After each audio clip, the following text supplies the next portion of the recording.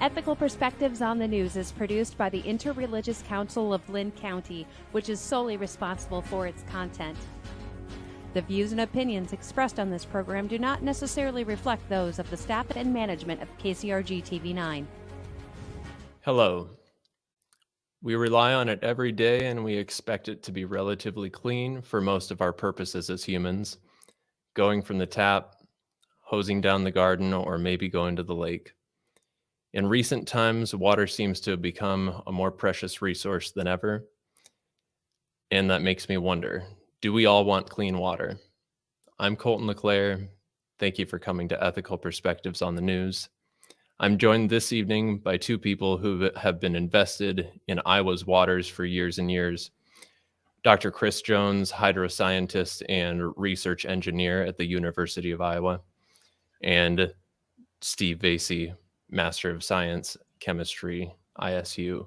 Thank you guys both for being here. I really appreciate you guys coming on. And if you'll forgive my cheekiness, Chris, the title tonight is a nod to your excellent podcast. So thank you. Yeah, great. I'm glad you can get some mileage out of that. Yeah.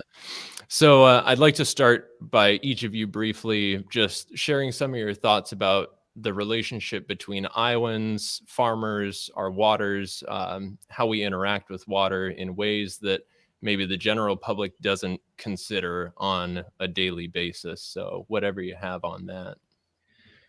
Well, we have a state that's,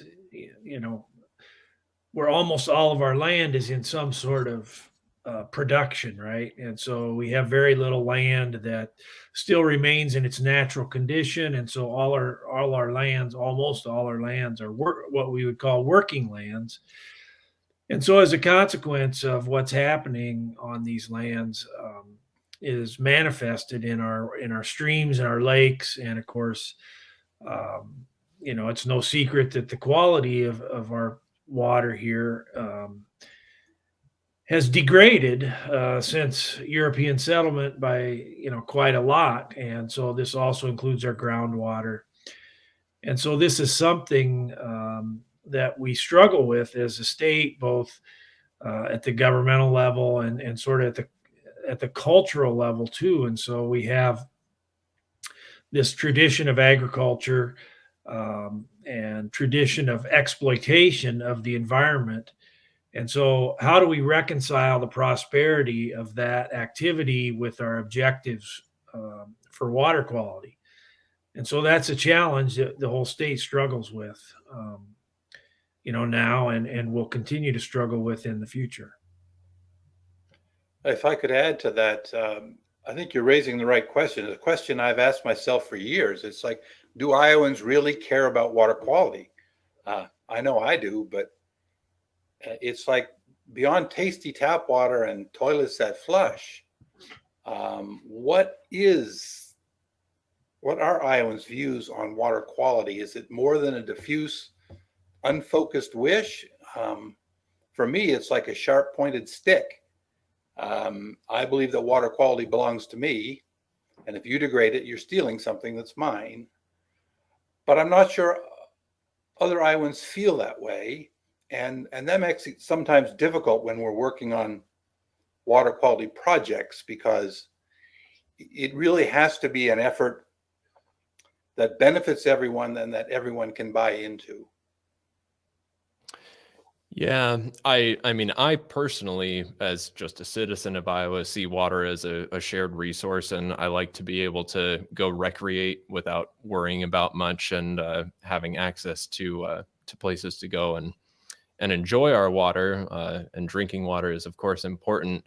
I guess I might ask now, in each of your perspectives, when did water quality start to become an issue in our state? How long ago did that begin? Was it as soon as we colonized, or as the area of Iowa was colonized? What do you guys think on that? So yes, it did begin to decline as soon as Europeans colonized Iowa, but the issues have tended to be different and evolve over the years. And so early on in the early part of the last century, a lot of the problems were related to urban discharges, untreated human wastewater, both from cities and from septics and so forth, and from industries. And so those things did degrade our water quite a lot. We know that. And the Clean Water Act was passed in 1972 and largely dealt with those issues related to these, what we call point source discharges. And so that sort of pollution has been reduced by quite a lot. But the Clean Water Act really did little to address agricultural pollution, what we call non-point source pollution from dispersed sources. And so the types of things that degrade our water have changed over the years as the source of pollution has, the dominant source of pollution has evolved from urban sources to these rural non-point sources. I think it's interesting to note that in the Federal Clean Water Act, CAFOs, these concentrated animal feeding operations, are actually presumptively designated as point sources of pollution, which was interesting to me when I first learned that. But they are presumptive dischargers. And so in Iowa, although we have over 4,000 large CAFOs, only 4% of them have these pollution discharge permits called NPDES permits, which is what typically an industry or a municipality would have. And the reason why that number is so low in Iowa, a CAFO can simply say, I don't discharge, and that rebuts the presumption that's in the Federal Clean Water Act that they should have a permit.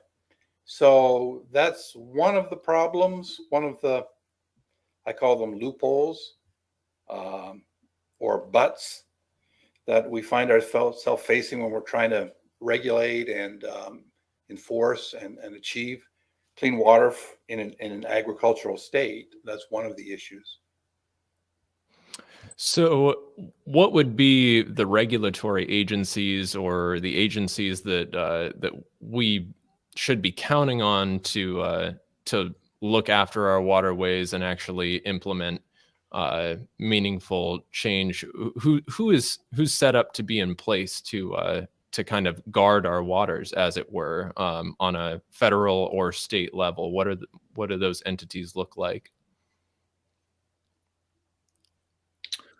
Well, Iowa DNR has what we call primacy in the state of Iowa, and so they're in charge of enforcement of Clean Water Act. And so most states, I think almost all of them, the state claims primacy, and so the federal government allows that to happen. And if DNR does an inadequate job of enforcement of Clean Water Act rules, then EPA can step in, but that's pretty rare for that sort of thing to happen. I know here in Iowa, we've had a problem with our state water quality standards not fully meeting the requirements of the Federal Clean Water Act. And that's an area I worked on extensively in the early 2000s. And back in the day, it was like we had only 17% of our river and stream miles numerically protected against pollution in various permits. Only 17%, 83% was just not protected. So when you get back to basics, the Clean Water Act requires a presumption of quality when states look at their waters and the beneficial uses. But in Iowa, and Iowa was not alone in this regard, we basically had adopted a presumption of crap. It was like everything's bad and we don't need to protect it. So that was quite a struggle, and we had a long legal battle in the 2000s that culminated in 2009 when we had sued EPA for not requiring the state of Iowa to have adequate standards, because EPA has oversight authority over our standards, even though it's the state that sets the standards. And we were victorious, and that led to a number of changes that have, I would say, improved our point source regulation of discharges, not so much our non-point. But interestingly, that same anti-degradation lawsuit is what resulted in this category of waters called outstanding Iowa waters, where we have 32 trout streams and a couple of Northwest Iowa lakes. And so we have a category of waters that's the best that we have, and now it's up to us to try to protect them.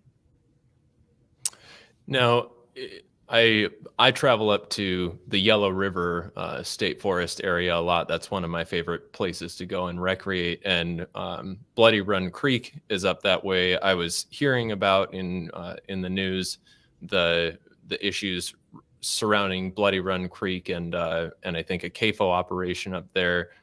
What are you guys' thoughts on that situation? What can you tell me about that? You can go ahead, Steve. Well, thanks, Chris. Unfortunately, I've spent way more time on that issue than I really like to admit. But it is a bad situation. It is one of our very best trout streams. And we now have a 12,000 head cattle operation right in the headwaters of Bloody Run Creek. There have been a number of permits that had to be approved, a number of plans that had to be approved by various agencies, primarily DNR, but also some other agencies. And pretty much every step of the way, the state or federal agency that should have had some requirement to protect Bloody Run Creek has failed. And for various reasons, they failed. But this has led to 2 lawsuits filed, one by the Sierra Club and Trout Unlimited, that hearing is completed, and we're now just waiting for the judge to determine whether a DNR had properly approved their nutrient management plan for this cattle operation, which is called Supreme Beef. We contend that they made a lot of errors and omissions and mistakes and should not have approved the plan. So we should hear the result of that in 2 or 3 months. There's a lot of other things going on related to Bloody Run Creek that I could go into, but I'll stop for the moment. Mm. So, the thing with Bloody Run that is disturbing to me, and to me, whether or not DNR followed the proper protocols and whether the rules were followed, and all these other things that are related to the lawsuit is almost beside the point to me. What's disturbing is that the industry would see fit to go along with the siting of this facility up there. It's a 6-mile long stream, a very small watershed. It's one of the 32 outstanding waters that we have here. There's not a lot of them, right? Only 32. And so and to put this operation there really sort of says how callous the industry is towards what we as citizens would like to have for water quality. And the silence from all the ag groups on this, I know for a fact there's people in agriculture that think this is a bad deal, that thing should not be up there.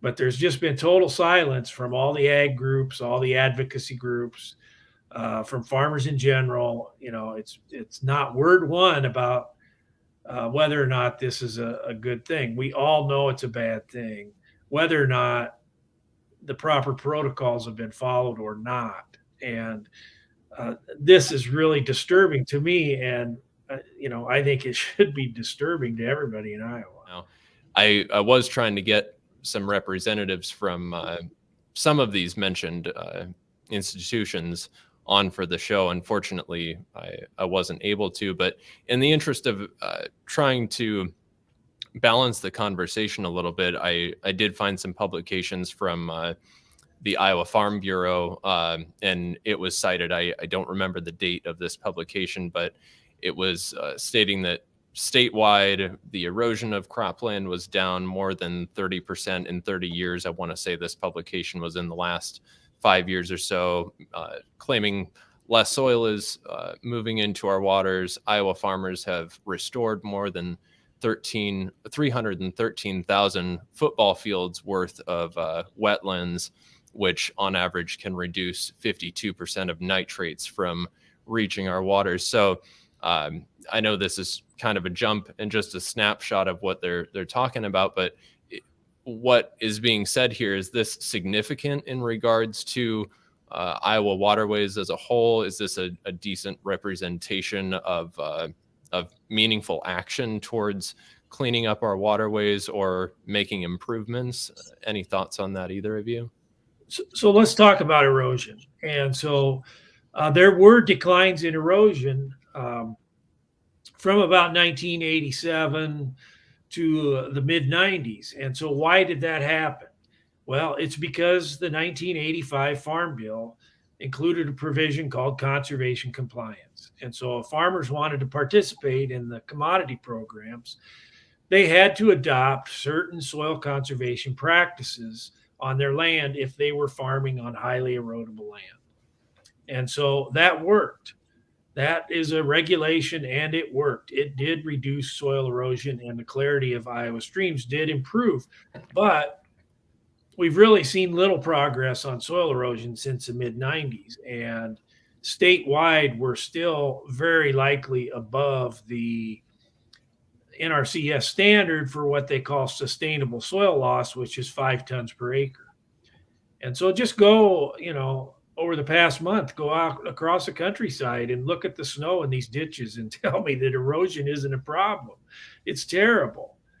And so, yes, there were improvements, but they all happened 20 years ago. And so they say, oh, it's improved over the last 30 years. Well, yeah, it improved in the first 5 to 10 years of those 30 years. Yeah, this is something that I've looked into that still bothers me. It's the 1985 Food Security Act, which was part of that Farm Bill, applied. It had sections applied to Northeast Iowa, where Bloody Run Creek and most of our trout streams are, which says if you want to row crop highly erodible land, a field designated highly erodible land, you have to have functioning and approved conservation plans. And that's to be implemented and enforced by NRCS. But that was in 1985. And at about that same time as some land was being put into CRP and terraces were being funded by the federal government and put in place, you had this gradual growth of the ethanol industry and of concentrated animal feeding operations. And pretty soon, farmers realized that it was to their financial benefit to simply row crop every acre they could into corn when any land that was in CRP, a 10-year contract, when it came out, they didn't renew it. And they tilled up all kinds of other pasture land, and they were actually given conservation dollars to put, quote, terraces so they could till up pasture land and row crop it, which is not a good thing. And what bothers me is NRCS is not implementing and enforcing the requirement that if you're cropping highly erodible land and taking federal payments of any sort, those terraces and conservation measures need to be there, they need to be adequate, and they need to work. For example, I've looked at over 200 soil loss calculations. They're called Russell II calculations for over 200 fields from more than 20 manure plants up in Northeast Iowa. And in virtually all of them, the calculated soil loss is greater than the, quote, NRCS T value, which is what should have been acceptable for a conservation plan. I've looked at the newest, it's called LIDAR photos, aerial photos, it's laser imaging. Those terraces aren't there anymore. They're remnants, they're terrace remnants. But when you actually look at those terraces and you do what's called a digital elevation module across those terraces, you find they're not functioning. So yes, we saw improvements in the 80s and 90s I know the very best fishing I've ever had up in Northeast Iowa was French Creek in 1997, but it's kind of been downhill since then. And NRCS is another agency that, when it comes to what the public believes they're doing to mitigate worst practices, it seems like they've fallen off the wagon. It seems like they're not actually implementing and enforcing what the public thinks they're doing to prevent the worst practices. And I could say that about IDOLs. I could certainly say it about DNR as well. I guess to help paint the picture to the public, what are the main contaminants we're concerned with in Iowa waterways? And regarding those main contaminants that we deal with in our waterways, why should the average Iowan care about that? Well, nutrients are our biggest problem, and probably what we spend the most money on trying to fix, and that's nitrogen and phosphorus. Nitrogen's more of a problem than phosphorus, or a tougher problem to fix anyway. Nitrogen's a regulated drinking water contaminant. We have had almost 7,000 private wells in Iowa get contaminated to unsafe levels with nitrate since the year 2000. We have about 1/3 of our public water supplies. We have about 900 public water supplies in Iowa. That's a town essentially that provides water to the community. About 1/3 of them have been deemed vulnerable to nitrate contamination. About 60 of them are actually removing nitrate, and about 25% of all the people in the state of Iowa drink water at one time or another that's been treated for nitrate removal. And so this is, a very substantial problem. Nitrate, along with phosphorus, promote these algae blooms that we see in our lakes and cause our lakes to turn green in the summertime and become unusable. And these algae oftentimes are harmful and produce toxins. And so we'll have to post beaches to say that, it's unsafe to swim because of these algae blooms. And then, of course, these nutrients get in the Mississippi River and go down to the Gulf of Mexico and cause the dead zone down there, the big algae blooms down there that result in the low oxygen dead zone. And so those are the consequences of the nutrient pollution. So, EPA has recognized this as a serious problem since the late 90s. I know in 1998, EPA mandated that all 12 Midwestern states that were contributing nutrient load in the Mississippi needed to develop nutrient reduction strategies. That's mostly caused by non-point. So they issued that mandate, but still it was in the absence of any kind of federal non-point source nutrient program or regulatory program. So in 2001, we did a Iowa Watershed Task Force, and they came back with, quote, voluntary watershed-based projects. In 2003, we did a water quality summit, and I was part of that, and it ended up in 5 reports with 100 recommendations. And it was a little different because it was really kind of heavy on scientists and a little bit light on administrators. And so on all of those recommendations, this concept of voluntary compliance with rules and regulations, which is, of course, totally oxymoronic, that we largely deemed that as scientists as inadequate. And so in some cases, we said, well, if it was coupled with metrics and escalation strategies, then you could perhaps start with some voluntary measures, but there needed to be metrics and escalation. That water quality summit in 2003, which I worked on for 6 months, there never was a final report, and there was no legislative or rulemaking action whatsoever from that task force because we weren't advocating voluntary measures. And in this state, there's a number of catchphrases. There's freedom to farm, and there's farmers are stewards of the land, and then there's voluntary compliance, which absolutely makes no sense. So there was a 2007 task force that once again promoted voluntary water quality standards, achieving voluntary measures to achieve water quality standards. Now that you just parse that sentence and it's ridiculous. if you have standards, water quality standards, you cannot say, well, it's a standard, but you don't have to meet it. That's a little bit silly. And that led to the 2013 nutrient reduction strategy, which is also based on voluntary compliance only. And as Chris well knows, we just had the 10-year anniversary of that nutrient reduction strategy, and the nutrient levels in our rivers and streams, rather than decrease, has actually increased in the past decade. I mean, here's the deal. We've got a massive problem, especially nitrogen. Average person has no concept how huge this is. And so we lose 600 million pounds of nitrogen to our streams in an average year, 600 million pounds. Some years over 1 billion pounds. I mean, it is massive. And so this is a huge problem. It's not just Iowa. I mean, this is a continental scale problem.